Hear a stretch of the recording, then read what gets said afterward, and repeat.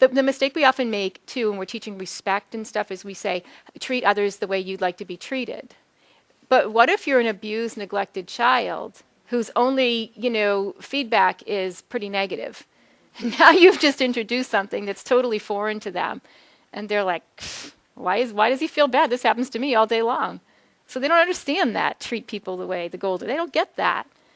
And so we have to get them to, I always say that if it makes me feel good, my job to give up my seat on the train, or my job to say hello to a total stranger or be nice when I'm paying for my groceries, my job is not to make that person feel good.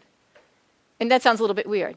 My job is not to make that person feel good. My job is to actually feel that power and that wonderful feeling inside that I feel when I do it. Because the more I feel that, the more I continue to do it. And if everybody would understand that I'm not obligated to make the world happy. However, when I do things that make myself feel good and make myself responsible and happy, the world gets happier with me. So I think that's the feeling part for me. Thanks for watching, and I hope you found this video helpful. If you did, make sure to like and subscribe so you never miss another video. I speak and consult on school behavior, and I love to help districts solve some of these problems. See you next time.